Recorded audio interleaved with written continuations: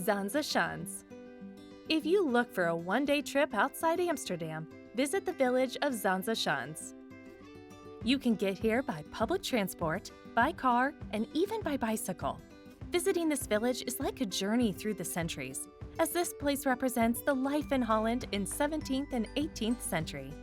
You will see 11 authentic windmills, houses, and handicraft factories.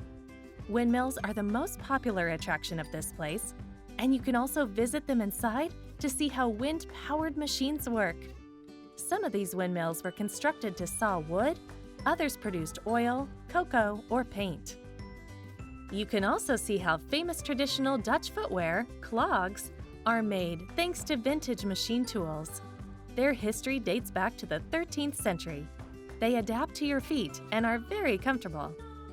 You can see Zaanstad on foot, on bike, or from the water, as there is a number of boats sailing along the river, from which you can even see cows pasturing on the meadows.